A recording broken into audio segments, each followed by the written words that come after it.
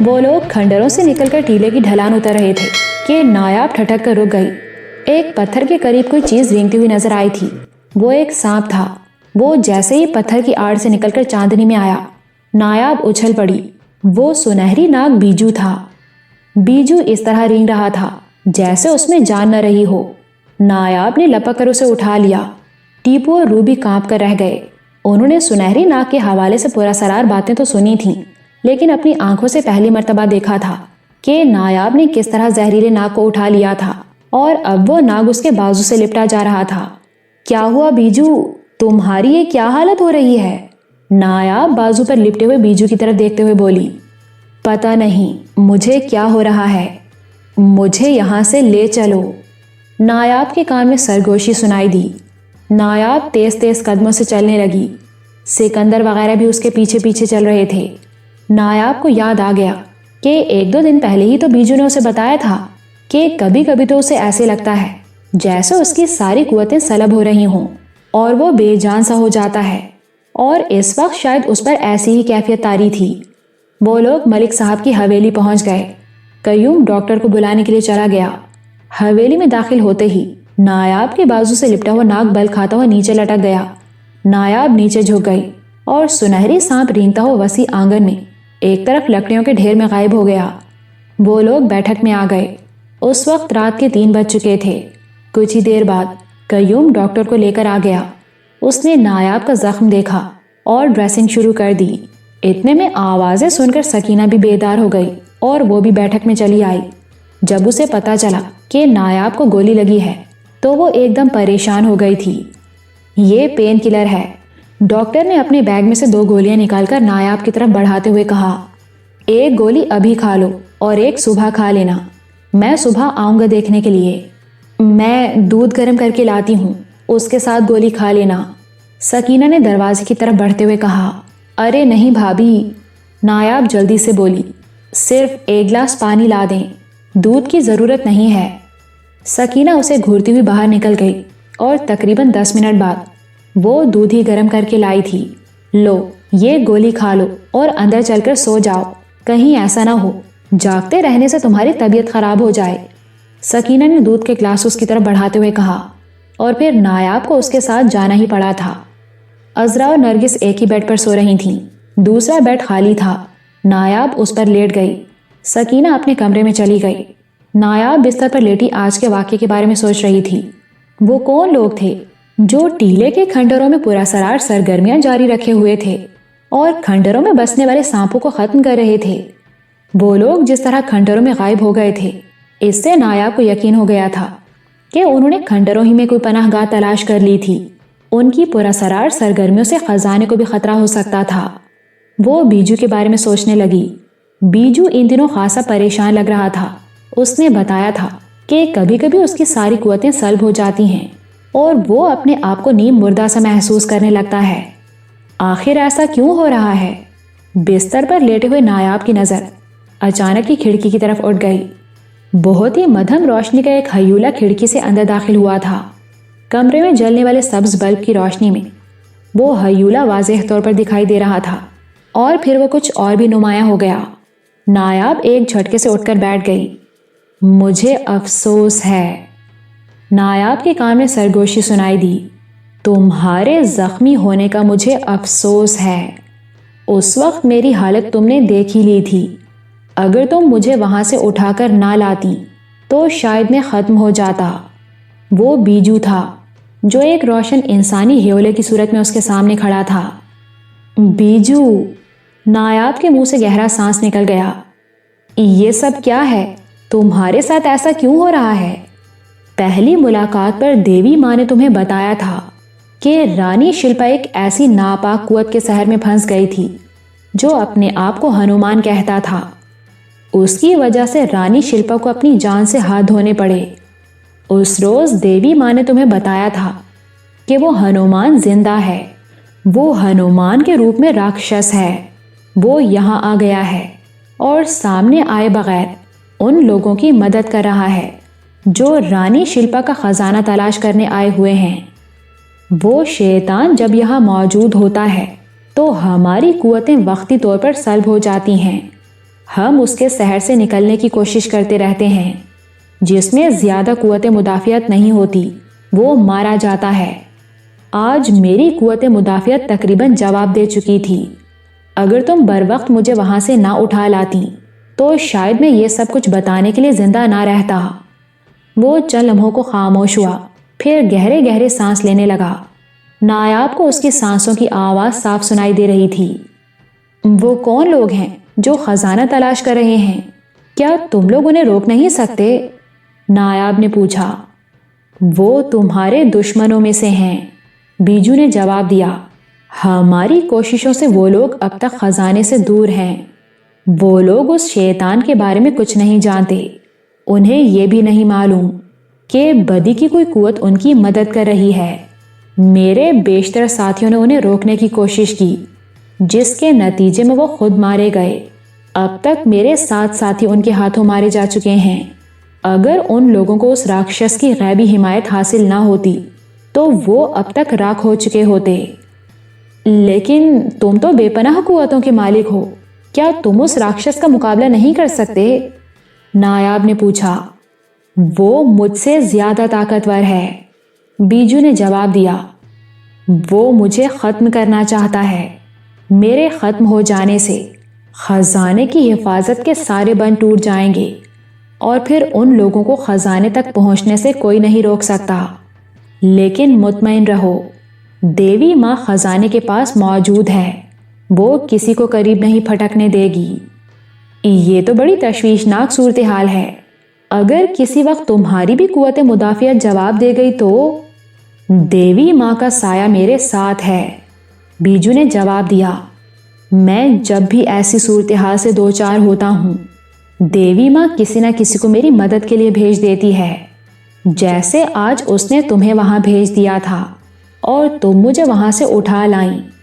یہاں آنے کے تھوڑی ہی دیر بعد میری قوت آہستہ آہستہ بحال ہونے لگی اور اس وقت میں پہلے جیسی قوتوں کا مالک ہوں۔ اور اس وقت تو میں تمہیں ایک بات بتانے کے لیے خاص طور پر یہاں آیا ہوں۔ کیا بات ہے؟ نایاب نے سوالیہ نگاہوں سے ہیولے کی طرف دیکھا۔ تمہارے دشمن تمہارے گرد گھیرا تنگ کرتے جا رہے ہیں، بیجو نے جواب دیا۔ میں اپنے بارے میں تمہیں بتا چکا ہوں۔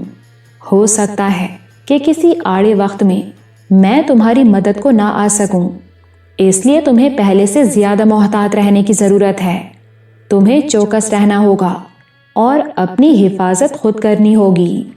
کیا وہ لوگ مجھے ختم کر دیں گے؟ نایاب نے پوچھا۔ وہ تمہیں ختم نہیں کر سکیں گے، لیکن نقصان پہنچانے کی کوشش کریں گے۔ البتہ ایک موقع ایسا آئے گا کہ وہ لوگ خود ختم ہو جائیں گے۔ میں ان کی موت اسی حویلی میں دیکھ رہا ہوں۔ اوہ، نایاب کے منہ سے بے اختیار نکلا، اب میں چلتا ہوں۔ نایاب کے کان میں سرگوشی سنائی دی۔ میں نے جو باتیں کہی ہیں ان پر دھیان دینا اور اپنا خیال رکھنا۔ نایاب سر ہلا کر رہ گئی۔ مدھم سی روشنی کا وہ ہیولا اپنی جگہ سے حرکت کرتا ہوا کھڑکی کی طرف بڑھا اور پھر دیکھتے ہی دیکھتے کھڑکی سے باہر نکل کر فضا میں تحلیل ہو گیا۔ نایاب بے حس و حرکت بیٹھی کھڑکی کی طرف دیکھتی رہی اور پھر اس نے لیٹ کر آنکھیں بند کر لیں۔ سکندر، نایاب اور ٹیپو صبح 9 بجے کے قریب پھر کھنڈروں میں پہنچ گئے۔ وہ اسی جگہ رک گئے جہاں رات کو نایاب پر گولی چلائی گئی تھی۔ وہاں پتھروں پر نایاب کے بازو سے بہنے والے خون کے دھبے نظر آ رہے تھے۔ میں نے بھی اس طرف گولی چلائی تھی اور وہاں سے کسی کی چیخ بھی سنائی دی تھی، سکندر نے ایک طرف اشارہ کرتے ہوئے کہا۔ مجھے یقین ہے وہ زخمی ہوا ہوگا، چلو اس طرف چل کر دیکھتے ہیں۔ وہ شکستہ دیواروں سے نکل کر ایک طرف چل پڑے۔ ٹیپو کے ہاتھ میں پستول تھا اور وہ محتاط انداز میں چاروں طرف دیکھ رہا تھا۔ تقریباً 20 قدم کے بعد وہ رک گئے۔ یہاں زمین پر خون کے دھبے دیکھ کر سکندر کی آنکھوں میں چمک سی ابھر آئی۔ وہ خون کے نشانات کو دیکھتے ہوئے چلتے رہے اور بالآخر ایک جگہ رک گئے۔ یہاں خون کے نشان ختم ہو گئے۔ ملک، سکندر اور نایاب گہری نظروں سے ادھر ادھر دیکھنے لگے۔ اس جگہ کے آس پاس کہیں اور خون کے دھبے نظر نہیں آ رہے تھے۔ لگتا تھا وہ زخمی شخص یہاں آ کر یا تو ہوا میں تحلیل ہو گیا تھا یا اسے زمین نے نگل لیا تھا۔ زمین کے نگل جانے والا خیال قرین قیاس تھا۔ وہ گہری نظروں سے آس پاس کی جگہ کا جائزہ لینے لگے، لیکن ایسی کوئی چیز نظر نہیں آئی جس سے شبہ ہوتا کہ یہاں کوئی تہخانہ موجود ہے۔ دھوپ تیز ہو رہی تھی، ہر طرف بکھرے ہوئے پتھر اور کھنڈروں کی شکستہ دیواریں تپنے لگی تھیں۔ وہ تینوں پسینے سے شرابور ہو رہے تھے۔ ہو سکتا ہے اس جگہ کے بارے میں ہمارا شبہ غلط ہو، بالآخر نایاب نے کہا۔ یہ تو ثابت ہو سکتا ہے کہ یہاں تک اس شخص کے زخم سے خون ٹپک رہا تھا، لیکن ہو سکتا ہے یہاں پہنچ کر اس نے اپنے زخم پر پٹی باندھ لی ہو اور وہ یہاں سے کسی اور طرف نکل گیا ہو۔ ہاں یہ ممکن ہے، ٹیپو نے کہا۔ اس طرح ان لوگوں کو تلاش کرنا ممکن نہیں، بلکہ میرا خیال ہے کہ ان کھنڈروں کی مستقل طور پر نگرانی کی جانی چاہیے۔ ایک دو آدمی یہاں سے دور کسی ایسی جگہ چھپ کر بیٹھے رہیں کہ یہ کھنڈر ان کی نگاہوں میں رہیں۔ اگر یہاں کوئی آدمی نظر آئے تو وہ اس بات کا خیال رکھیں کہ وہ کہاں سے نمودار ہوا اور کہاں غائب ہوا۔ اس طرح ان کا سراغ لگایا جا سکتا ہے۔ تم ٹھیک کہتے ہو، سکندر نے جواب دیا اور ادھر ادھر دیکھنے لگا۔ چند لمحوں کی خاموشی کے بعد وہ بولا، ابھی ہم یہ بھی دیکھ لیں گے کہ نگرانی کے لیے کون سی جگہ مناسب رہے گی، اور میرا خیال ہے اب ہمیں کھنڈروں سے باہر نکلنا چاہیے تاکہ ہم آس پاس کا جائزہ لے سکیں۔ چلو، سکندر نے کہا، اور وہ تینوں کھنڈروں میں ہوتے ہوئے اس طرف چل پڑے جہاں سے برگد کے درخت کی طرف راستہ جاتا تھا۔ وہ ابھی ڈھلان اتر رہے تھے کہ آخری کھنڈروں میں ایک بندر کو دیکھ کر چونک گئے۔ وہ بندر عام بندروں سے خاصا بڑا تھا اور کھنڈروں میں اس طرح چل رہا تھا جیسے کسی سے چھپنے کی کوشش کر رہا ہو، لیکن جس جگہ وہ پہنچ گیا تھا اس سے آگے کھنڈر نہیں تھے، اس لیے وہ ان کی نظروں میں آ گیا تھا۔ اس علاقے میں تو بندر نہیں ہوتے، یہ کم بخت کہاں سے آ گیا؟ ملک سکندر اس کی طرف دیکھتے ہوئے بڑبڑایا۔ کل ایک مداری گاؤں میں آیا ہوا تھا، ٹیپو نے کہا۔ ہو سکتا ہے یہ اسی کا بندر ہو اور کسی طرح بھاگ نکلا ہو۔ وہ بندر ایک پتھر کے قریب پچھلے دو پیروں پر کھڑا ان کی طرف دیکھ رہا تھا۔ اس کے اس طرح کھڑے ہونے کے انداز نے نایاب کو چونکا دیا اور پھر وہ اپنی جگہ سے اچھل پڑی۔ سکندر بھائی، یہ بندر نہیں شیطان ہے، مارو اسے، بچ کر نہ جانے پائے۔ مگر ٹیپو نے فوراً ہی گولی چلا دی تھی۔ وہ بندر اپنی جگہ سے اچھلا اور ڈھلان پر دوڑنے لگا۔ وہ کئی لمبی چھلانگ لگا رہا تھا۔ سکندر اور ٹیپو وغیرہ اس کے پیچھے دوڑے۔ ٹیپو دوڑتے ہوئے فائرنگ بھی کر رہا تھا، لیکن کوئی گولی اس بندر کا کچھ نہیں بگاڑ سکی تھی۔ وہ بندر برگد کے درخت پر چڑھ کر غائب ہو گیا تھا۔ وہ تینوں بھی چبوترے کے قریب پہنچ کر رک گئے۔ اس طرح بے تحاشا دوڑتے ہوئے ان کی سانس پھول گئی تھی۔ اب یہ بچ کر نہیں جائے گا، ٹیپو کہتے ہوئے برگد کے درخت کی طرف بڑھنے لگا۔ نایاب اور سکندر بھی اس کے ساتھ چل رہے تھے۔ سکندر نے بھی اپنی جیب سے پستول نکال لیا تھا۔ برگد کا وہ بوڑھا درخت بہت پھیلا ہوا تھا اور اس کی شاخیں بہت گنجان تھیں۔ اس کی گنجان جٹاؤں نے شاخوں میں ایک جال سا بنا رکھا تھا۔ اس طرح شاخوں میں چھپی ہوئی کسی چیز کو دیکھ لینا ممکن نہیں تھا۔ ٹیپو نے گنجان شاخوں میں ایک دو گولیاں بھی چلائی تھیں۔ اس کا خیال تھا کہ وہ بندر ڈر کر درخت سے اتر جائے گا اور کسی طرف بھاگنے کی کوشش کرے گا، لیکن لگتا تھا جیسے اس کو کوئی وجود ہی نہ رہا ہو۔ وہ تقریباً 1 گھنٹے تک اس بندر کو تلاش کرتے رہے، لیکن اس کا کوئی سراغ نہیں ملا۔ یہ تو واقعی شیطان کی طرح غائب ہو گیا ہے، سکندر ادھر ادھر دیکھتے ہوئے بولا۔ لیکن تم نے کیا کہا تھا کہ وہ بندر نہیں شیطان ہے؟ وہ مڑ کر نایاب کی طرف دیکھنے لگا۔ گزشتہ رات بیجو نے مجھے اس کے بارے میں بتایا تھا۔ ہمارے دشمن ان کھنڈروں میں چھپے ہوئے ہیں اور یہ شیطان ان کی مدد کر رہا ہے، نایاب نے کہا، اور چند لمحوں کی خاموشی کے بعد اسے سب کچھ تفصیل سے بتانے لگی۔ اوہ، سکندر چونک گیا۔ ہمارے وہ دشمن کون ہو سکتے ہیں؟ چودھری سعادت کے علاوہ کون ہو سکتا ہے؟ نایاب بولی۔ آپ کو یاد ہے اسلام نامی شخص نے بتایا تھا کہ چودھری سعادت ببر سنگھ کے ساتھ اس طرف آنے والا ہے۔ ہو سکتا ہے ان کا منصوبہ کچھ اور رہا ہو، اور یہ بھی عین ممکن ہے کہ انہیں کسی طرح اس خزانے کے بارے میں پتہ چل گیا ہو۔ وہ سامنے آنے کے بجائے ان کھنڈروں میں ہی کسی جگہ چھپے ہوئے ہوں اور یہ شیطان ان کی مدد کر رہا ہے۔ اس کا مطلب ہے کہ صورتحال واقعی سنگین ہو گئی ہے، سکندر بولا۔ ہاں، نایاب بولی، صورتحال اس طرح بھی سنگین ہو گئی ہے کہ بیجو کی قوتیں سلب ہوتی جا رہی ہیں۔ اس راکشس کی وجہ سے خزانے کے محافظ ایک ایک کر کے مارے جا رہے ہیں۔ بیجو بھی اپنے لیے خطرہ محسوس کر رہا ہے کہ ہمیں اپنی حفاظت کا خود بندوبست کرنا پڑے گا۔ وہ تو ہم کر ہی لیں گے، سکندر بولا۔ اگر چودھری سعادت ان کھنڈروں میں چھپا ہوا ہے تو میں اسے بچ کر جانے نہیں دوں گا۔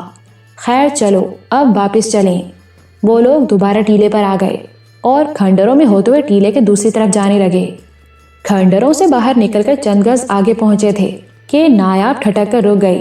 سامنے ایک پتھر کے قریب سنہری ناگ بے حس و حرکت پڑا ہوا تھا۔ نایاب جلدی سے آگے بڑھ کر جھک گئی اور پھر دوسرے ہی لمحے اس کا دل اچھل کر حلق میں آ گیا۔ ناگ کا سر کچلا ہوا تھا۔ سکندر اور ٹیپو بھی جھک کر اسے دیکھنے لگے اور دوسرے ہی لمحے فضا فائر کی آواز سے گونج اٹھی۔ کھنڈروں کی طرف سے چلائی جانے والی گولی نایاب کے سر کے قریب سے ہوتی ہوئی سامنے ایک بڑے پتھر پر لگی تھی۔ وہ تینوں اچھل پڑے۔ ایک فائر اور ہوا، یہ گولی بھی پتھر پر لگی۔ ان تینوں نے بیک وقت چھلانگ لگا دی اور پتھر کے پیچھے دبک گئے۔ وہ پتھر اگرچہ اتنا بڑا تھا کہ وہ تینوں اس کے پیچھے آسانی سے چھپ گئے تھے، لیکن اس کے علاوہ آس پاس ایسی کوئی جگہ نہیں تھی جہاں وہ پناہ لے سکتے۔ وہاں سے 10 فٹ دور ایک اور پتھر تھا، لیکن کھنڈروں کی طرف سے مسلسل فائرنگ ہو رہی تھی۔ یہاں سے نکل کر دوسرے پتھر تک پہنچنا موت کو دعوت دینے کے مترادف تھا۔ وہ تینوں پتھر کے پیچھے اس طرح سمٹے ہوئے تھے کہ درمیان میں نایاب تھی، دائیں طرف ملک سکندر اور بائیں طرف ٹیپو۔ ان پر فائرنگ تقریباً 100 گز کے فاصلے سے ہو رہی تھی۔ فائرنگ کرنے والے 2 آدمی تھے اور دونوں کھنڈروں کی شکستہ دیواروں کے پیچھے چھپے ہوئے تھے۔ اندیشہ اس بات کا تھا کہ اگر ان میں سے کوئی ایک کھنڈروں میں چھپتا ہوا دوسری طرف سے سامنے آ گیا تو ان کے لیے اپنا دفاع مشکل ہو جائے گا۔ ان تینوں میں سے پستول صرف سکندر کے پاس تھا۔ نایاب کے پاس ظاہر ہے کسی اسلحے کی موجودگی کا سوال ہی پیدا نہیں ہوتا تھا۔ ٹیپو اپنا پستول ساتھ لے کر نہیں آیا تھا۔ ان لوگوں سے بچنے کے لیے ایک ترکیب میری سمجھ میں آئی ہے، ملک سکندر نے باری باری ان دونوں کی طرف دیکھتے ہوئے کہا۔ میرے پاس پستول موجود ہے، لیکن ہم زیادہ دیر تک ان کا مقابلہ نہیں کر سکتے۔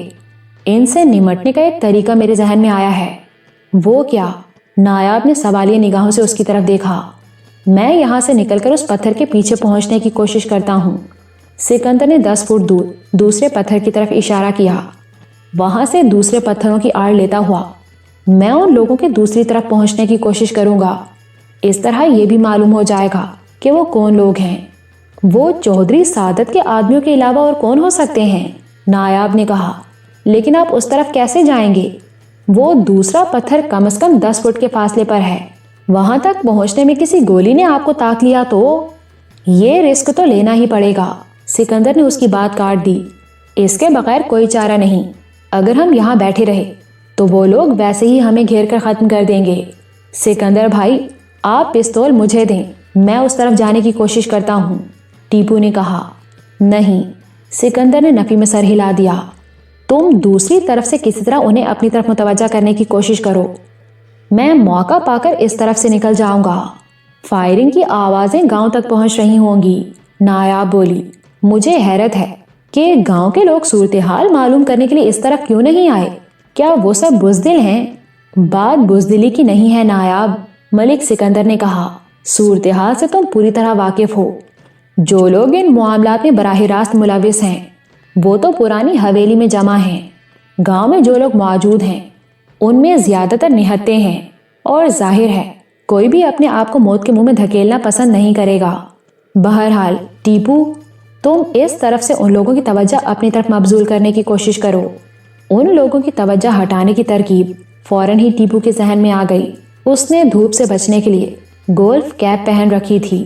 ادھر ادھر دیکھتے ہوئے اس نے قریب کی ایک جھاڑی سے لمبی سی شاخ توڑی اور ٹوپی سر سے اتار کر شاخ پر ٹانگ لی اور شاخ کو آہستہ آہستہ پتھر سے باہر نکالنے لگا۔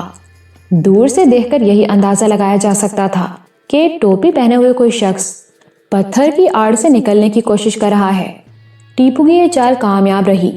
کھنڈروں میں چھپے ہوئے حملہ آوروں نے وہ ٹوپی دیکھی تو وہ یہی سمجھے کہ کوئی شخص اس پتھر کی آڑ سے نکل رہا ہے۔ 2 آٹومیٹک رائفلیں یک بار کی تڑتڑا اٹھیں۔ فائرنگ کا رخ اسی ٹوپی کی طرف تھا۔ سکندر نے اس موقع سے فائدہ اٹھاتے ہوئے پتھر کے دوسری طرف چھلانگ لگا دی۔ 10 فٹ فاصلہ اس نے پلک جھپکنے کی دیر میں طے کر لیا، لیکن حملہ آور بھی غالباً اس چال کو سمجھ گئے تھے، کیونکہ دوسرے ہی لمحے رائفلوں کا رخ دوسرے پتھر کی طرف ہو گیا تھا۔ مگر سکندر کو نقصان اٹھائے بغیر دوسرے پتھر کے پیچھے پہنچ چکا تھا۔ اس سے آگے ایسے لاتعداد پتھر تھے جو اسے گولیوں کے نشانہ بننے سے بچا سکتے تھے۔ وہ سینے کے بل پتھروں کے پیچھے تیزی سے رینگتا ہوا آگے بڑھنے لگا۔ تقریباً 50 گز آگے نکل کر وہ رکا اور محتاط انداز میں سر اٹھا کر ادھر ادھر دیکھنے لگا۔ حملہ آوروں میں سے ایک آدمی ایک شکستہ دیوار کی آڑ سے نکل کر دوسری طرف جا رہا تھا۔ سکندر نے گولی چلا دی۔ وہ شخص اچھل کر دیوار کی آڑ میں چلا گیا اور پھر دوسرے ہی لمحے اس نے سکندر پر گولیوں کی بوچھاڑ کر دی۔ سکندر نے بھی یک کے بعد دیگرے 2 فائر کر دیے تھے۔ وہ آدمی ایک بار پھر اپنی جگہ سے نکل کر فائرنگ کرتا ہوا ایک طرف کو بھاگا۔ اس مرتبہ سکندر نے اس کا چہرہ دیکھ لیا تھا۔ وہ اس کے لیے اجنبی تھا۔ کھنڈروں میں دوڑنے کی آوازیں سنائی دے رہی تھیں۔ غالباً وہ دونوں آدمی وہاں سے بھاگ کھڑے ہوئے تھے۔ سکندر پتھروں کی آڑ سے نکل آیا اور کھنڈروں کی طرف دوڑنے لگا۔ اسے دیکھ کر نایاب اور ٹیپو بھی پتھر کی آڑ سے نکل کر دوڑتے ہوئے اس کے پاس پہنچ گئے تھے۔ بھاگ گئے؟ نایاب ادھر ادھر دیکھتے ہوئے بولی۔ ہاں بھاگ گئے، لیکن پتہ نہیں وہ کون تھے، سکندر نے کہا۔ ملک صاحب، ٹیپو بولا، وہ جو کوئی بھی تھے، انہوں نے انہی کھنڈروں میں کوئی پناہ گاہ بنا رکھی ہے۔ انہیں کھنڈروں سے باہر جاتے ہوئے بھی نہیں دیکھا گیا۔ تم دیکھ رہے ہو یہ کھنڈر کتنے لمبے چوڑے رقبے پر پھیلے ہوئے ہیں۔ یہاں ان کی پناہ گاہ تلاش کر لینا آسان نہیں ہوگا، سکندر بولا۔ لیکن کوشش تو کی جا سکتی ہے، ٹیپو بولا۔ ہم پہلے بھی 2 گھنٹوں تک کھنڈروں میں گھومتے رہے ہیں، لیکن ہم کوئی سراغ نہیں لگا سکے تھے، اور اب بھی کوئی ایسی کوشش کرنا بیکار ہے۔ اس کے لیے ہمیں کوئی دوسرا راستہ اختیار کرنا پڑے گا، اور اب یہاں سے چلنا چاہیے۔ گرمی سے دماغ پلپلا ہو رہا ہے۔ وہ لوگ پھر اسی طرف سے گزرے جہاں نایاب نے سنہرے سانپ کو پڑے ہوئے دیکھا تھا۔ اس وقت اس نے مردہ سانپ کو اٹھا لیا تھا، لیکن فائرنگ سے بچنے کے لیے وہ پناہ کے لیے پتھر کی طرف دوڑے تھے تو سانپ اس کے ہاتھ سے گر گیا تھا۔ وہ اس جگہ رک کر ادھر ادھر دیکھنے لگی اور پھر دوسرے ہی لمحے وہ اچھل پڑی۔ ٹیپو اور ملک سکندر نے بھی وہ حیرت انگیز منظر دیکھ لیا تھا۔ سیاہ رنگ کا ایک کوبرا مردہ سنہرے سانپ کی گردن کو منہ میں دبوچے اسے گھسیٹتا ہوا ایک طرف لے جا رہا تھا۔ ٹیپو اور سکندر تو وہیں رک گئے، مگر نایاب تیزی سے آگے بڑھی۔ یہ کیا حماقت کر رہی ہو؟ پیچھے ہٹ جاؤ، کوبرے نے اگر تمہیں ڈس لیا تو۔ کوبرا مجھے نہیں ڈسے گا سکندر بھائی، نایاب اس کی بات کاٹ کر آگے بڑھتی رہی۔ وہ کوبرے سے 2 قدم کے فاصلے پر رک گئی۔ کوبرے نے سنہری سانپ کو چھوڑ دیا اور سر اوپر اٹھا کر پھن پھیلا لیا۔ اس کے منہ سے ایک خوفناک پھنکار سی نکلی تھی، لیکن وہ نایاب پر حملہ آور ہونے کے بجائے اس کی طرف دیکھتا رہا۔ سکندر چند گز دور پستول تانے تیار کھڑا تھا کہ اگر کوبرا نایاب پر حملہ کرنے کی کوشش کرے تو گولی سے اس کا سر اڑا دے۔ نایاب گھٹنوں کے بل جھک گئی اور پھر جھجکتے ہوئے آہستہ آہستہ ہاتھ بڑھا کر مردہ سنہرے سانپ کو اٹھا لیا۔ کوبرا اپنی جگہ پر بیٹھا اسے دیکھتا رہا۔ سنہرے سانپ کا سر کچلا ہوا تھا، یا اسے گولی سے اڑا دیا گیا تھا، یا کسی بھاری پتھر سے کچل دیا گیا تھا۔ نایاب سانپ کے جسم کو اپنے ہاتھ سے سہلا رہی تھی۔ دفتن پھنکار کی آواز سن کر وہ چونک گئی۔ سیاہ کوبرا پھنکارتے ہوئے پھن کو زمین پر مار رہا تھا، جیسے کہہ رہا ہو کہ سنہرے سانپ کو نیچے رکھ دو۔ اسے تہہ خانے میں ناگ ماتا کے پاس لے جانا چاہتے ہو؟ نایاب نے کوبرا کی طرف دیکھتے ہوئے کہا۔ کوبرا ایک بار پھر پھنکارا۔ چلو میں تھوڑی دور تک تمہارے ساتھ چلتی ہوں۔ کوبرا ایک طرف رینگنے لگا۔ نایاب سنہری سانپ کو اٹھائے اس کے پیچھے پیچھے چلنے لگی۔ ٹیپو اور ملک سکندر اپنی جگہ پر خاموش کھڑے دیکھتے رہے۔ سیاہ کوبرا تقریباً 20 گز آگے ایک بڑے پتھر کے پاس رک گیا۔ پتھر کے نیچے ایک بل نظر آ رہا تھا۔ کوبرے نے پھن پھیلا لیا اور ایک بار پھر پھنکارتے ہوئے زمین پر سر مارنے لگا۔ نایاب نے سنہرے سانپ کو زمین پر رکھ دیا۔ کوبرے نے نایاب کی طرف دیکھا اور سنہرے سانپ کی گردن اپنے منہ میں دبوچ لی اور اسے لے کر بل میں گھسنے لگا۔ وہ اس وقت تک وہاں گھٹنوں کے بل بیٹھی رہی جب تک سنہرے سانپ کی دم بھی مکمل طور پر بل میں غائب نہیں ہو گئی، اور جب وہ سیدھی ہوئی تو سکندر اور ٹیپو اس کے قریب کھڑے تھے۔ مجھے بیجو کی موت کا بہت افسوس ہے نایاب، سکندر نے نایاب کی طرف دیکھتے ہوئے کہا۔ ہاں، مجھے اس کی موت کا زندگی بھر افسوس رہے گا، نایاب نے افسردہ لہجے میں جواب دیا۔ اور میں جانتی ہوں اس کی موت کا ذمہ دار کون ہے۔ وہ اگر میرے ہاتھ لگ گیا تو میں اسے کچا چبا جاؤں گی۔ ہاں، اسے واقعی ایسی سزا دی جانی چاہیے کہ دوسروں کو بھی عبرت حاصل ہو۔ بہرحال اب ہمیں یہاں سے چلنا چاہیے، گرمی بہت زیادہ ہو رہی ہے، ملک سکندر نے کہا۔ وہ تینوں ٹیلے سے اترنے لگے۔ ٹیپو نے صرف باتیں سنی تھیں، کہ دنیا کے زہریلے ترین سانپ نایاب کے دوست ہیں۔ آج اس نے اپنی آنکھوں سے دیکھ لیا تھا۔ سنہرا سانپ تو مر چکا تھا، مگر وہ سیاہ کوبرا لگتا تھا جیسے وہ نایاب کا پالتو ہو۔ جب وہ ٹیلے سے اترے تو گاؤں کی طرف سے 3-4 آدمی آتے ہوئے دکھائی دیے۔ ان میں سے ایک کے ہاتھ میں 2 نالی بندوق تھی اور باقی آدمیوں نے لاٹیاں اٹھا رکھی تھیں۔ ملک جی، آپ لوگ ٹھیک تو ہیں نا؟ بندوق والے نے پوچھا۔ ہاں، ہم لوگ ٹھیک ہیں، مگر تم لوگوں کو کیسے پتا چلا کہ ہم لوگ ادھر آئے ہوئے ہیں؟ ملک سکندر نے پوچھا۔ وہ جی، بھائی شریف اس طرف کھیتوں میں کام کر رہا تھا، اس نے آپ لوگوں کو کھنڈروں میں گھومتے ہوئے دیکھ لیا تھا اور پھر فائرنگ ہونے لگی تو وہ کھیتوں میں چھپتا ہوا گاؤں پہنچ گیا۔ گولیاں چلنے کی آواز ہم لوگوں نے بھی سنی تھی لیکن توجہ نہیں دی تھی، مگر جب شریف نے بتایا تو ہم اس طرف بھاگ کھڑے ہوئے۔ دوسرے لوگ بھی آ رہے ہیں۔ مگر وہ کون لوگ تھے ملک جی؟ گولیاں کیوں چلا رہے تھے؟ پتہ نہیں کون لوگ تھے، بھاگ گئے، ملک سکندر نے جواب دیا۔ وہ لوگ گاؤں کی طرف چلتے رہے، نہر کے قریب پہنچے تو انہیں کچھ اور لوگ نظر آ گئے۔ ان میں بھی صرف ایک کے پاس بندوق تھی، باقیوں نے لاٹیاں اٹھا رکھی تھیں۔ گاؤں میں داخل ہوئے تو کچھ اور لوگوں نے انہیں گھیر لیا۔ یہ خبر پورے گاؤں میں پھیل گئی تھی کہ بعض نامعلوم لوگوں نے کھنڈروں میں ملک سکندر اور نایاب کو فائرنگ کر کے قتل کرنے کی کوشش کی تھی۔ نایاب، ٹیپو اور سکندر ملک حویلی میں آ گئے۔ گاؤں کی عورتیں ان کی خیریت معلوم کرنے کے لیے آ رہی تھیں۔ حویلی میں کچھ دیر رکنے کے بعد نایاب اور ٹیپو حویلی سے نکل کر رابعہ کے مکان پر آ گئے جہاں بڑے زور و شور سے کام ہو رہا تھا۔ نایاب کچھ دیر تک وہاں کھڑی کام کا جائزہ لیتی رہی، پھر گاؤں میں گھوم پھر کر مختلف لوگوں سے ملاقاتیں کرتی رہی۔ یعقوب اور رابعہ پرانی حویلی میں تھیں۔ اطلاع پا کر وہ بھی گاؤں آ گئے، ان کے ساتھ روبی بھی تھی۔ وہ سب لوگ ملک صاحب کی حویلی کی بیٹھک میں جمع تھے۔ دوپہر کا کھانا بھی انہوں نے وہیں پر کھایا تھا اور پھر شام تک وہ لوگ حویلی ہی میں آرام کرتے رہے۔ شام کا اندھیرا پھیلنے کے کچھ دیر بعد ملک سکندر نے گاؤں کے 5-6 نوجوانوں کو بلا لیا۔ یہ سب کے سب کڑیل جوان تھے اور بڑے دل گردے والے تھے۔ تم لوگ جانتے ہو کہ چند روز سے کھنڈرات میں کچھ پراسرار قسم کی سرگرمیاں دکھائی دے رہی ہیں، ملک سکندر نے ان سب کو مخاطب کرتے ہوئے کہا۔ آج صبح ہم لوگ ان کی تلاش میں کھنڈرات میں گئے تھے۔ فائرنگ کی آوازیں تم لوگوں نے بھی سنی ہوں گی، لیکن وہ لوگ غائب ہو گئے۔ مجھے یقین ہے کہ انہوں نے کھنڈروں ہی میں کوئی خفیہ پناہ گاہ بنا رکھی ہے۔ اب وہ لوگ دن کے وقت اس پناہ گاہ سے نکلنے کی حماقت نہیں کریں گے، البتہ وہ رات کے اندھیرے میں اپنی سرگرمیاں جاری رکھیں گے۔ پر وہ ہیں کون لوگ ملک جی؟ ایک نوجوان نے پوچھا۔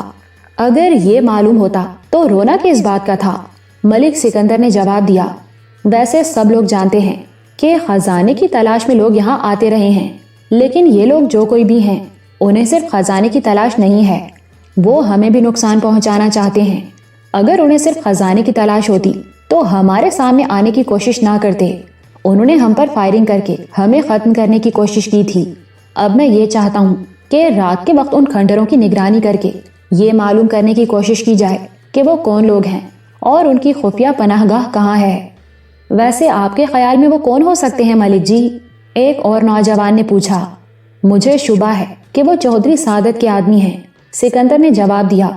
اس کے بارے میں سنا تھا کہ وہ سرحد پار چلا گیا ہے، پھر یہ پتا چلا کہ وہ ڈاکو ببر سنگھ کے ساتھ ہمارے گاؤں پر حملہ کرنے والا ہے۔ تم سب لوگ اس رات گاؤں کی حفاظت کے لیے جاگتے رہے ہو، لیکن وہ لوگ نہیں آئے۔ مجھے شبہ ہے کہ ببر سنگھ نے کسی وجہ سے سعادت کا ساتھ دینے سے انکار کر دیا ہوگا اور وہ اپنے 1-2 آدمیوں کو لے کر کھنڈروں میں چھپا ہوا ہے اور شاید کسی موقع کی تلاش میں ہے۔ سعادت اور ہمارا لڑکپن انہی کھنڈروں میں کھیلتے ہوئے گزرا ہے۔ ہو سکتا ہے اس نے کھنڈروں میں کوئی خفیہ ٹھکانہ تلاش کر لیا ہو جسے دوسروں سے پوشیدہ رکھا اور اب وہی جگہ اس کے کام آ رہی ہو۔ ان کھنڈروں میں ہم بھی بہت گھومے ہیں ملک جی، مجھے تو نہیں لگتا کہ وہاں کوئی ایسی جگہ ہوگی، اس نوجوان نے کہا۔ ٹیلے پر پھیلے ہوئے کھنڈر اپنے اندر بہت سے اسرار چھپائے ہوئے ہیں، ملک سکندر نے جواب دیا۔ یہاں صدیوں سے لوگ آتے جاتے رہے ہیں، کسی وقت کوئی چیز دریافت ہو جاتی ہے جو ہم سب لوگوں کے لیے حیرت انگیز ثابت ہوتی ہے۔ کیا تم میں سے کوئی سوچ سکتا ہے کہ برگد کے درخت کے پاس مندر والے چبوترے کے نیچے کوئی تہہ خانہ ہو سکتا ہے؟ ہم نے تو ایک بار نہیں کئی بار چبوترے کا 1-1 انچ حصہ خوب ٹھونک بجا کر دیکھا ہے ملک جی، وہاں کوئی تہہ خانہ نہیں ہے، اس نوجوان نے کہا۔ مگر اس چبوترے کے نیچے ایک بہت بڑا تہہ خانہ ہے، ملک سکندر نے کہا۔ یہ ٹیپو اپنی دوست روبینہ کے ساتھ خزانہ تلاش کرنے ان کھنڈروں میں آیا تھا اور یہ کئی روز تک اسی چبوترے کے نیچے تہہ خانے میں چھپے رہے تھے۔ اور میں دعوے سے کہتا ہوں کہ ان کھنڈروں کے نیچے ایسے اور بھی خفیہ ٹھکانے موجود ہوں گے جن کے بارے میں ہم لوگ ابھی تک کچھ نہیں جان سکے۔ ایک بات کہوں ملک جی، ایک اور نوجوان بولا، وہ خوفناک سنہرا سانپ بھی انہی کھنڈروں میں کسی جگہ رہتا ہے، اور وہ سنہرا سانپ چھوٹی بی بی کا دوست ہے۔ وہ بہت کچھ جانتا ہے اور چھوٹی بی بی کی باتوں کو سمجھتا ہے۔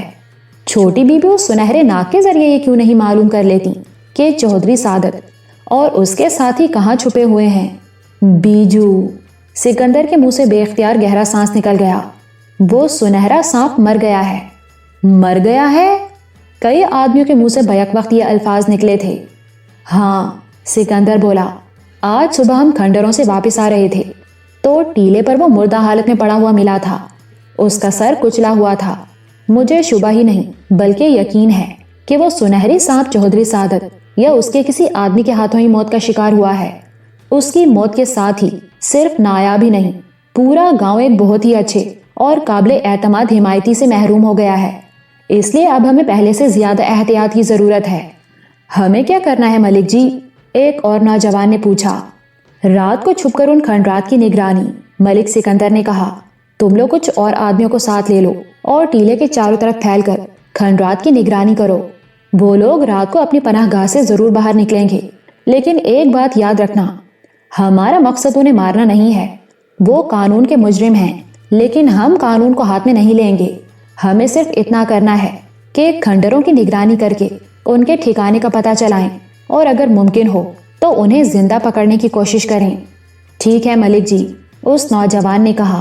ہم آج رات ہی ان کھنڈروں کی نگرانی شروع کر دیتے ہیں۔ کیا ہم ابھی چلے جائیں؟ میرا خیال ہے 10 بجے کے بعد جاؤ تو بہتر ہوگا۔ ابھی تو شام ہوئی ہے، وہ اتنی جلدی باہر آنے کی حماقت نہیں کریں گے۔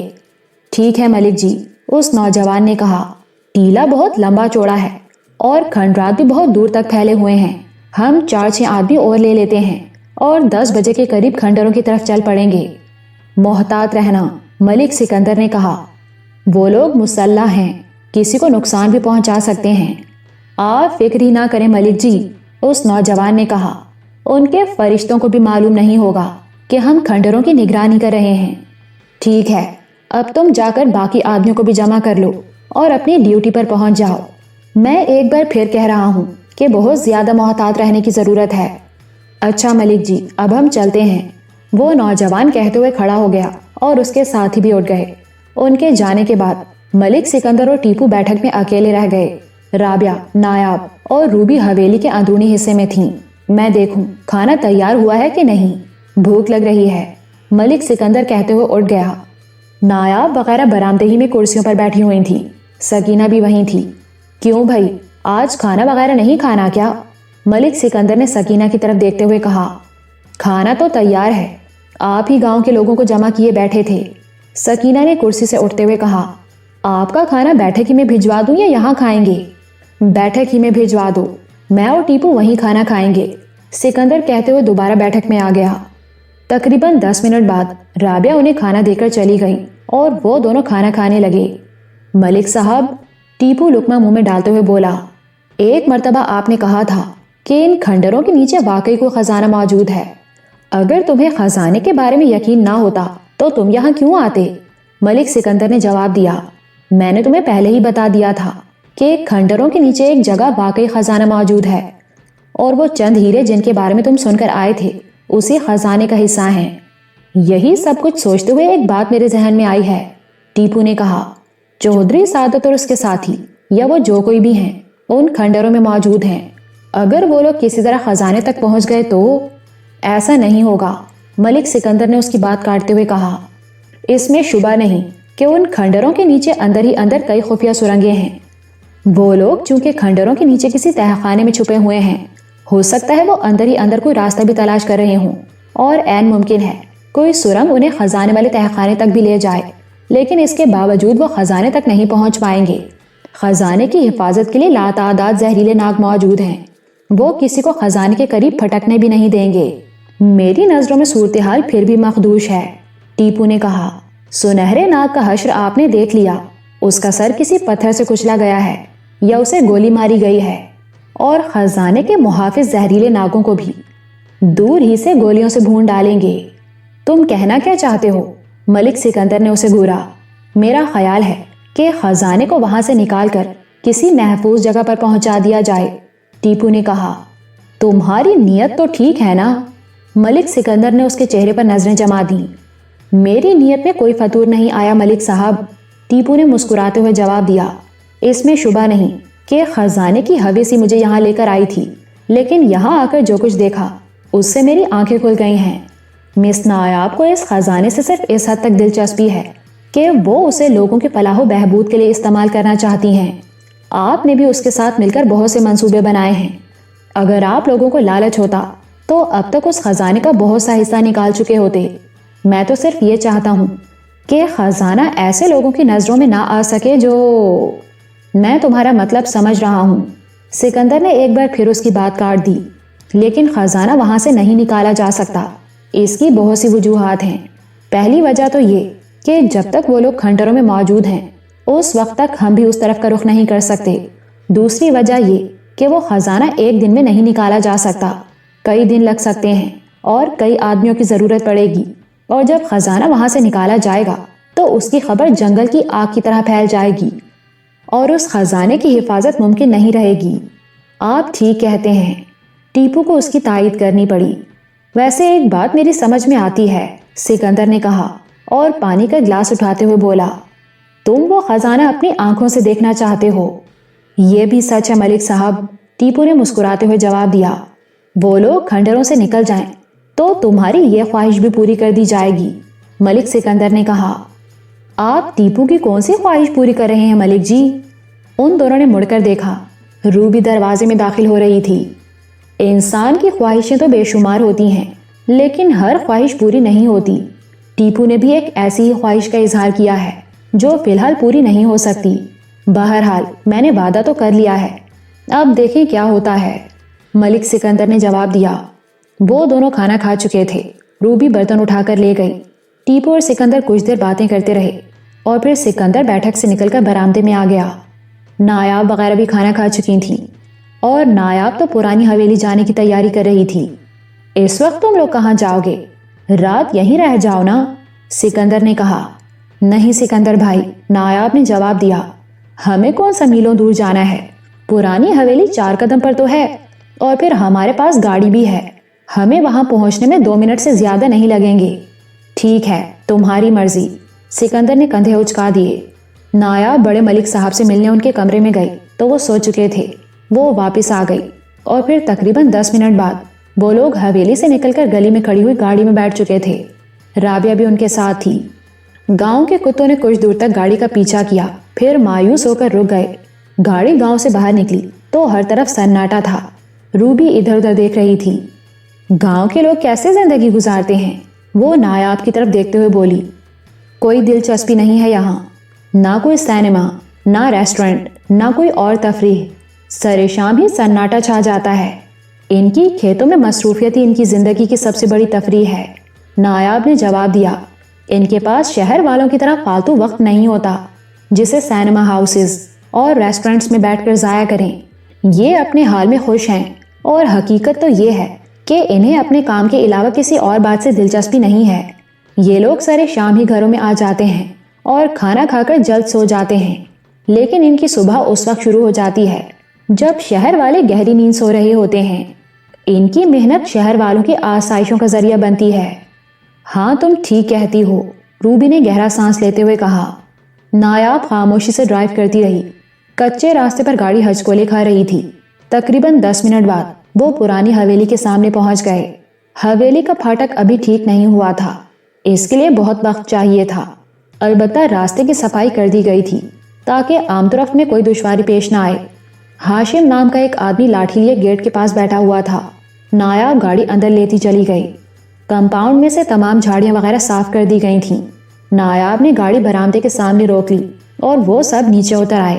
ہاشم بھی وہاں آ گیا تھا۔ ہاشم، تمہیں اکیلے میں ڈر تو نہیں لگ رہا تھا؟ نایاب نے اس کی طرف دیکھتے ہوئے کہا۔ میں اکیلا کب تھا چھوٹی بی بی، ہاشم نے جواب دیا۔ بابا کمال دین میرے پاس بیٹھا ہوا تھا۔ باتوں میں وقت گزر گیا۔ بابا کمال دین؟ نایاب کے لہجے میں حیرت تھی۔ یہ کون ہے؟ میں نے پہلی مرتبہ یہ نام سنا ہے۔ جانتا تو میں بھی نہیں اسے، ہاشم نے جواب دیا۔ وہ ہمارے پنڈ کا ہے بھی نہیں۔ شام سے ذرا پہلے ادھر آیا تھا، اس نے ایک طرف اشارہ کیا۔ کہتا تھا عمر کوٹ کا رہنے والا ہوں، شاہ پور جا رہا ہوں، تھک کر یہاں میرے پاس بیٹھ گیا۔ عمر کوٹ یہاں سے 20 کوس پر ہے، کیا وہ پیدل آ رہا تھا؟ نایاب نے پوچھا۔ آہو جی، ہاشم نے جواب دیا۔ چھوٹی بی بی، گاؤں کے لوگ پیدل چلنے کے عادی ہوتے ہیں، میلوں پیدل چلتے ہیں۔ کہاں ہے وہ؟ نایاب نے پوچھا۔ آپ کی گاڑی آتے دیکھ کر وہ چلا گیا تھا، کہہ رہا تھا کہ اسے جلدی شاہ پور پہنچنا ہے، ہاشم نے جواب دیا۔ حیرت ہے، قریب کھڑی ہوئی روبی نے کہا۔ وہ شام سے یہاں بیٹھا تھا اور اب اسے شاہ پور پہنچنے کی جلدی ہو رہی تھی۔ اس نے یہی کہا تھا بی بی جی، ہاشم نے جواب دیا۔ تم اسے روک لیتے، میں اسے گاڑی پر… نایاب کہتے ہوئے رک گئی۔ ٹھیک ہے، کوئی بات نہیں، میں سمجھ گئی وہ کون تھا۔ بہرحال اندر کوئی بتی وغیرہ جلائی ہے یا نہیں؟ میں نے شام ہوتے ہی بتیاں جلا دی تھی چھوٹی بی بی، ہاشم نے جواب دیا۔ اوپر بھی 2 جگہ پر لیمپ جلا کر رکھ دیے ہیں اور نیچے بھی 2-3 جگہوں پر لیمپ جل رہے ہیں۔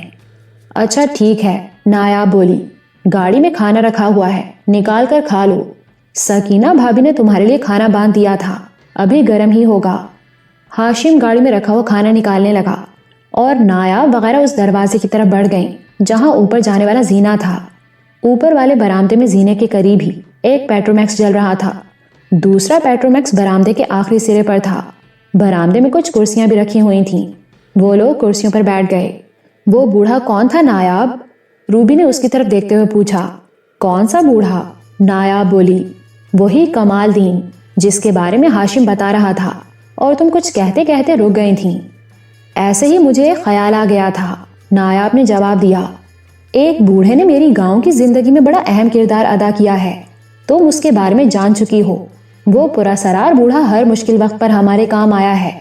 پہلے تو میں اس کے بارے میں الجھن کا شکار رہی تھی کہ وہ کون ہے، پھر بعد میں انکشاف ہوا کہ وہ سنہری ناگ بیجو تھا جو اس بوڑھے کے روپ میں ہماری مدد کو آ جاتا تھا۔ لیکن اب بیجو اس دنیا میں نہیں رہا، ہو سکتا ہے یہ بوڑھا کوئی اور ہو سکتا ہے اس کا تعلق بھی اسی برادری سے ہو اور ناگن دیوی نے اسے حویلی کی حفاظت کے لیے یہاں بھیج دیا ہو، ورنہ یہ سوچنا ہی حماقت ہے کہ جو شخص شام سے یہاں بیٹھا رہا تھا اسے اچانک شاہ پور جانے کی جلدی کیوں ہو گئی تھی۔ بقول ہاشم کے وہ 20 کوس کا فاصلہ طے کر کے آیا تھا۔ ایسے علاقے میں تو رات کے وقت کسی اکیلے آدمی کے لیے سفر کرنا خطرناک ہوتا ہے۔ اس بوڑھے کو تو رات بھر کے لیے یہاں رک جانا چاہیے تھا۔ شاید تم ٹھیک کہتی ہو، روبی نے کہا، لیکن کیا تمہارے خیال میں بیجو کے مرنے کے بعد صورتحال میں کوئی نمایاں تبدیلی آ سکتی ہے؟ کیوں نہیں، نایاب نے جواب دیا۔ پہلے تو بیجو کسی نہ کسی روپ میں ہماری مدد کے لیے ہر جگہ پہنچ جایا کرتا تھا، لیکن اب وہ نہیں رہا تو صورتحال میں تبدیلی ضرور آئے گی۔ لیکن ناگن ملکہ نے کسی اور کو ہماری حفاظت کے لیے بھیج دیا ہے، روبی نے کہا۔ کیا یہ بوڑھا ہماری حفاظت نہیں کرے گا؟ میں نے تو محض ایک خیال ظاہر کیا ہے، نایاب نے کہا۔ اس بوڑھے کے بارے میں یقین سے کچھ نہیں کہا جا سکتا کہ وہ کون ہے۔ تمہارے خیال میں بیجو کو کس نے مارا ہوگا؟ روبی نے پوچھا۔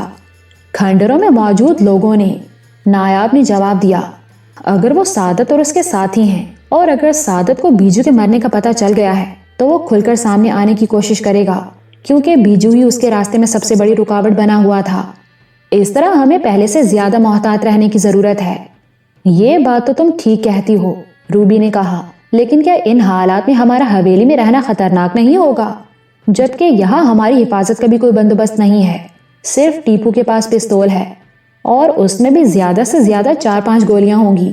اگر کسی نے حویلی پر حملہ کر دیا تو ہم اپنا دفاع نہیں کر سکیں گے۔ لیکن میں سمجھتی ہوں کہ یہ حویلی اب بھی ہمارے لیے محفوظ ہے، نایاب نے جواب دیا۔ سب لوگ جان چکے ہیں کہ یہ حویلی آصیب زدہ ہے۔ چودھری سعادت اور اس کے ساتھیوں کو اس کا تجربہ بھی ہو چکا ہے، اس لیے ان میں سے کوئی بھی حویلی کا رخ کرنے کی کوشش نہیں کرے گا۔ ہاں یہ بھی ٹھیک ہے، روبی نے گہرا سانس لیتے ہوئے کہا۔ ارے بھائی، تم لوگوں کو سونا ہے یا رات یہیں بیٹھے بیٹھے گزار دو گی؟ رابعہ نے ان کی طرف دیکھتے ہوئے کہا۔ نیند ہی نہیں آ رہی، روبی نے جواب دیا۔ تمہیں نیند آ رہی ہے تو کمرے میں جا کر سو جاؤ۔ ٹھیک ہے، تم لوگ باتیں کرتے رہو، میں تو سونے جا رہی ہوں۔ رابعہ کہتے ہوئے اٹھ کر ایک کمرے میں چلی گئی۔ ٹیپو اور روبی پہلی رات گراؤنڈ فلور کے ایک کمرے میں سوئے تھے، لیکن آدھی رات کو اس ڈھانچے کی وجہ سے اٹھ کر اوپر آ گئے تھے۔ اس کے بعد سب کے لیے اوپر ہی کی منزل پر سونے کا انتظام کیا گیا تھا۔ ایک کمرہ نایاب کے پاس تھا، دوسرے کمرے میں روبی اور رابعہ کے لیے بستر لگا دیے گئے تھے اور ایک کمرہ ٹیپو کو دے دیا گیا تھا۔ رابعہ کمرے میں چلی گئی، لیکن روبی اور نایاب کرسیوں پر بیٹھی رہیں۔ ٹیپو محراب کی منڈیر پر بیٹھا سگریٹ کا کش لگاتے ہوئے تاریکی میں گھور رہا تھا۔ رات آدھی سے زیادہ بیت چکی تھی۔ روبی کو بھی جمائیاں آنے لگیں، وہ بھی اٹھ کر کمرے میں چلی گئی۔ نایاب بھی اٹھ گئی، البتہ ٹیپو محراب کی منڈیر پر بیٹھا تاریکی میں گھورتا رہا، لیکن بالآخر وہ بھی اٹھ کر اپنے کمرے میں چلا گیا۔ وہ 8 آدمی تھے اور سب کے پاس ڈبل بیرل بندوقیں تھیں۔ وہ دو دو کی ٹولیوں میں کھنڈروں کے چاروں طرف پھیل گئے۔ ملک سکندر نے انہیں واضح طور پر یہ ہدایت کر دی تھی کہ اگر وہ کھنڈروں میں کسی قسم کی نقل و حرکت دیکھیں تو بہت محتاط انداز میں قریب جا کر ان لوگوں کو گھیرنے کی کوشش کریں۔ ان کی یہ کوشش ہونی چاہیے کہ ان میں سے کسی کو زندہ پکڑا جائے۔ عرفان اور سلیمان ٹیلے کے مشرق کی طرف تھے، ان دونوں کے پاس بھی ڈبل بیرل بندوقیں تھیں۔ عرفان کے پاس ٹارچ بھی تھی، لیکن اس نے ٹارچ روشن نہیں کی تھی۔ وہ تاریکی میں آہستہ آہستہ ٹیلے پر چڑھ رہے تھے۔ ٹیلے پر اس طرف کثیر تعداد میں ببول کی جھاڑیاں تھیں۔ انہیں چلنے میں دشواری تو پیش آ رہی تھی، لیکن ان جھاڑیوں کو انہیں یہ فائدہ ضرور ہوا تھا کہ وہ اپنے آپ کو دوسروں کی نگاہوں سے چھپائے ہوئے تھے۔ وہ دونوں ایک شکستہ کھنڈر کے پاس رک گئے۔ یہ الگ تھلگ کھنڈر زیادہ بڑا نہیں تھا، یہ غالباً 3-4 کمروں کا مکان رہا ہوگا۔ صرف ایک کمرہ ایسا تھا جس کی 3 دیواریں اب بھی کھڑی تھیں، باقی تمام کمروں کی دیواریں ملبے کا ڈھیر بن چکی تھیں۔ وہ دونوں اینٹوں کے ڈھیر کے پیچھے بیٹھ گئے۔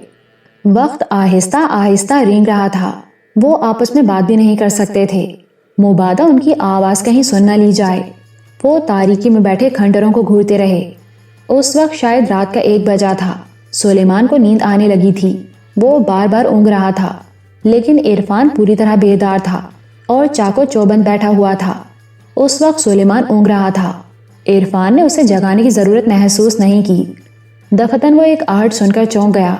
آواز ایسی تھی جیسے کوئی چھوٹا پتھر کہیں سے لڑکا ہو۔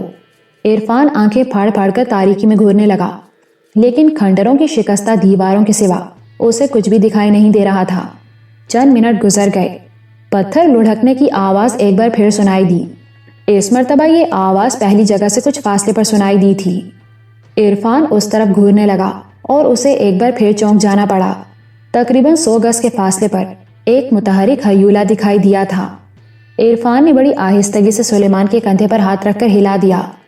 آہستہ بولو، عرفان نے سرگوشی کی، ادھر کھنڈروں میں کوئی موجود ہے۔ سلیمان ہوشیار ہو کر بیٹھ گیا۔ اس نے بندوق کو دونوں ہاتھوں میں تھام لیا اور تاریکی میں گھورنے لگا۔ عرفان بھی اسی طرف دیکھ رہا تھا۔ وہ ہیولہ تاریکی میں کہیں غائب ہو گیا تھا، لیکن چند سیکنڈ بعد وہ دوبارہ دکھائی دیا۔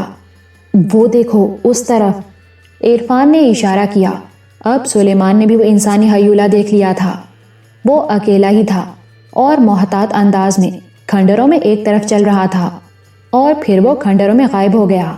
کیا خیال ہے، اس کا پیچھا کیا جائے؟ سلیمان نے سرگوشی کی۔ ہاں، اسی لیے تو ہم یہاں آئے ہیں، سلیمان نے کہا۔ ان دونوں نے اپنی اپنی بندوقیں سنبھال لیں اور رینگتے ہوئے ان کھنڈروں کی طرف بڑھنے لگے جہاں انہوں نے اس انسانی ہیولے کو دیکھا تھا۔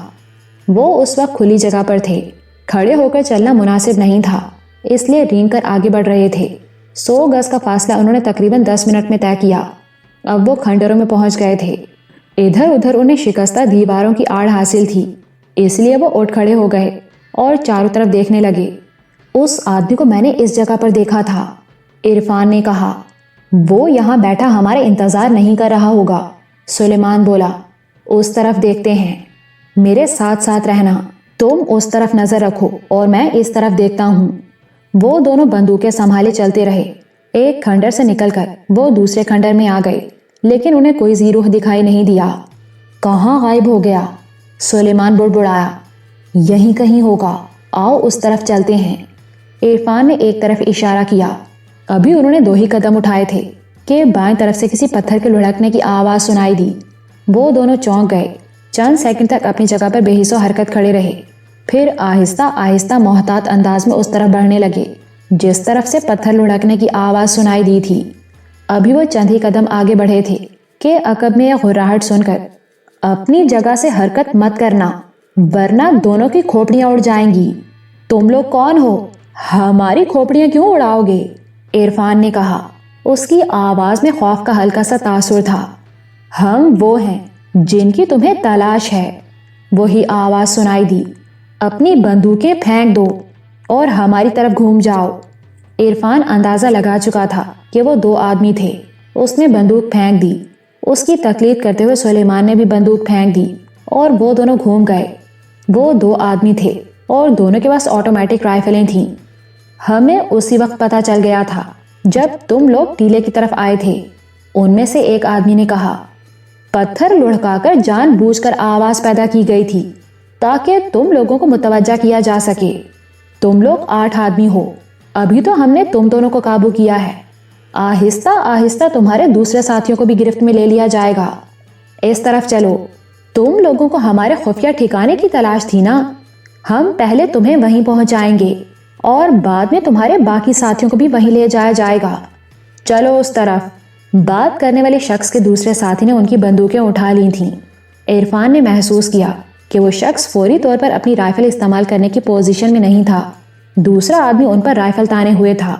اس آدمی نے رائفل سے انہیں ایک طرف چلنے کا اشارہ کیا۔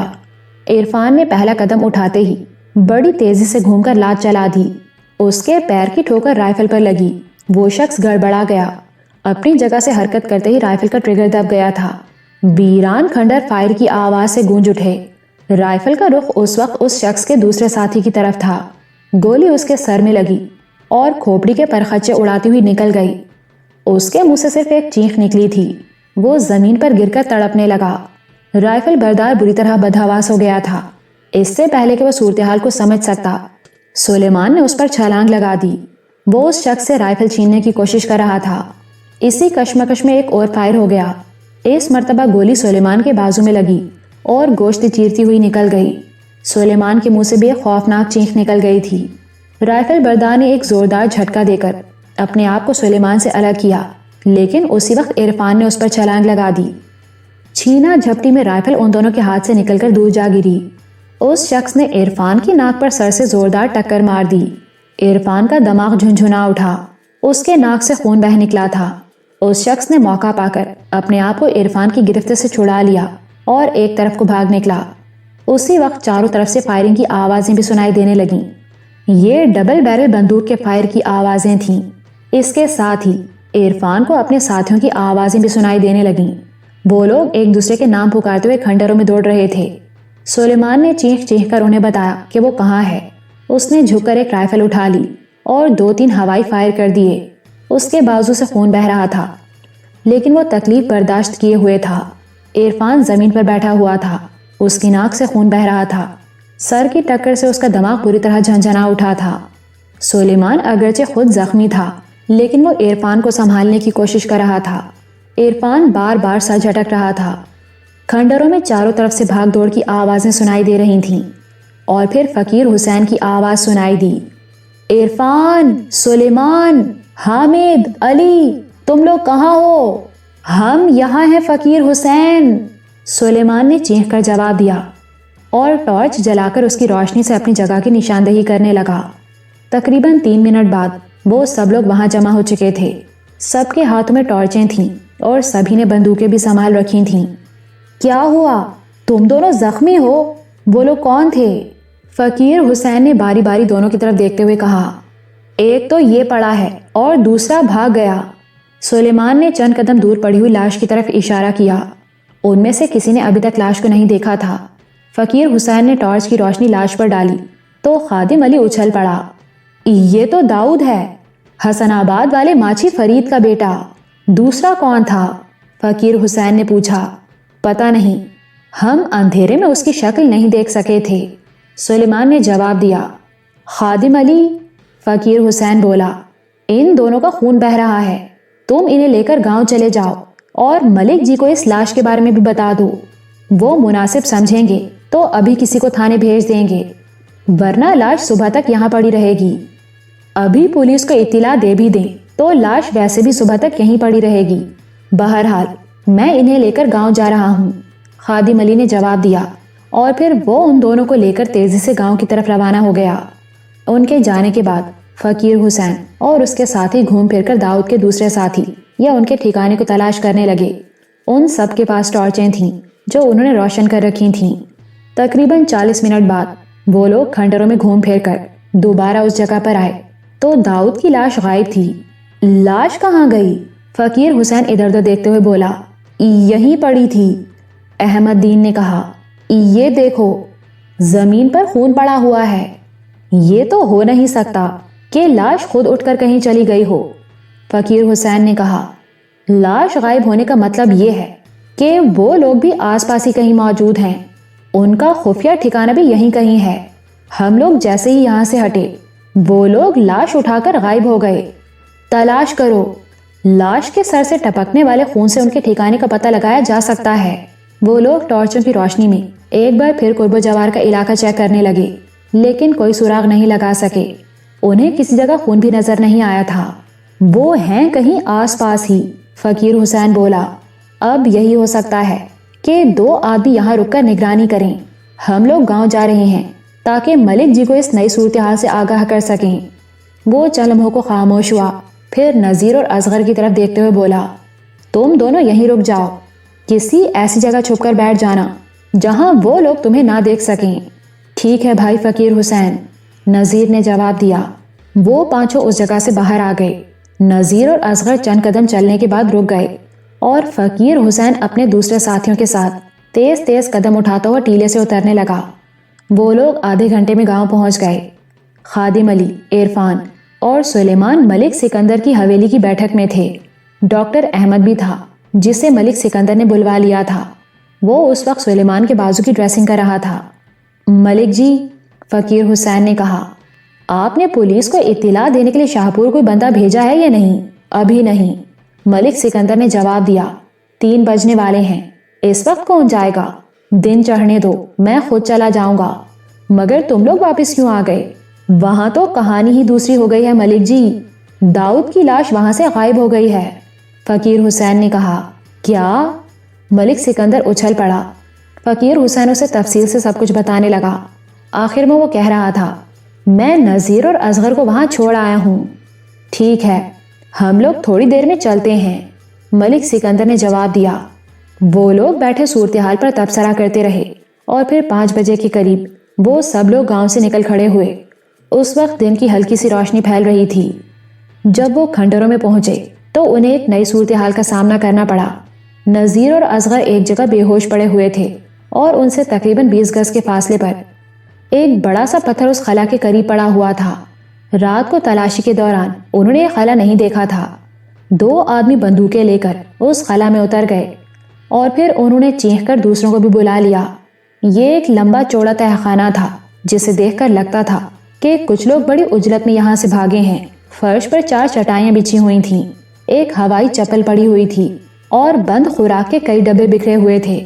ایک طرف پتھر رکھ کر چولہا بنایا گیا تھا جس میں جلی ہوئی لکڑیاں اور راکھ جمع تھی، اور کمرے کے کونے میں ایک لاش بھی پڑی ہوئی تھی۔